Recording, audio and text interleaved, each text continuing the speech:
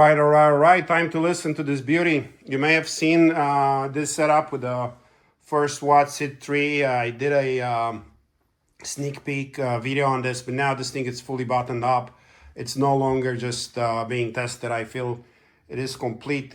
We're going to hook it up to this MX-10000 beauty here, and we're going to listen to the SONY SS-8150 speakers today. These are wonderful speakers, a very interesting technology behind this woofer. It uses an array of neodymium magnets. If you want to find out more details on this, I think that one of the renowned experts on the speakers is Romain at Sound Oddity.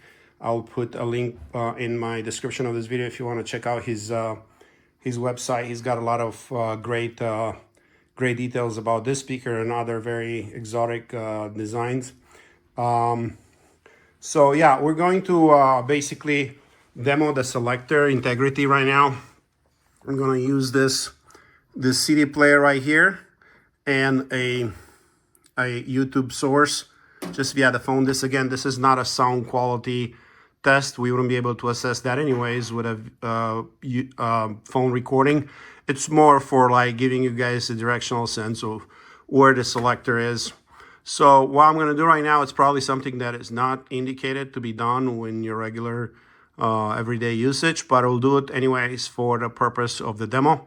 So again, the first thing you want to do here is turn on your preamp, wait a little bit, let all the voltages settle. As I mentioned to you, I did increase the RC, the timer for this relays to kick in after 5 seconds-ish, more than the original 3 seconds, just because I have all those additional circuits in there. I want to make sure all the voltages settle. So it's turned on right now. You don't hear it because those relays are very quiet. I'm going to turn on the amp. This is a massive relay, so you're going to hear that pop in a second, and the lights kicked in. Now this amp is on.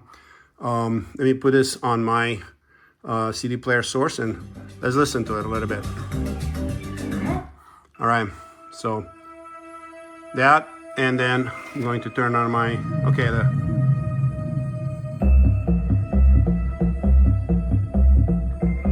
all right, and now that's the YouTube source. So now I could go through this selector without switching while with sources live without stressing too much.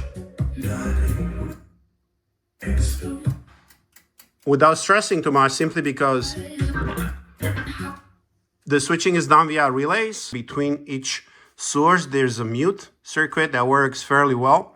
So I feel comfortable that I'm not going to fry anything by doing this, although I don't recommend you do this while you use your equipment. I strongly suggest you fully defeat the gain, possibly mute your output, you select your source, and then you go back in this, so that's kind of that's the thought behind this quick explanation here. So again, I'm very thankful for the help that Zelchko provided for me on achieving completing this project. It's really a remarkable improvement for the C-1, as you may have already figured out if you watch the other videos where I'm talking in depth about the changes. You could see the nice dispersion of the LED light, which I've talked to you about already on the VU meters. You could see the stealthy LEDs there in the power supply, which are my voltage source. Again, they're not there for looks, even though they kind of look alien and cool. So there you have it. I'm going to turn music on and play a little bit, play a tune, and then after that I'll end the video. Thank you all for watching, and don't forget to leave any kind of comments, call outs, any suggestions in the comment section. All right.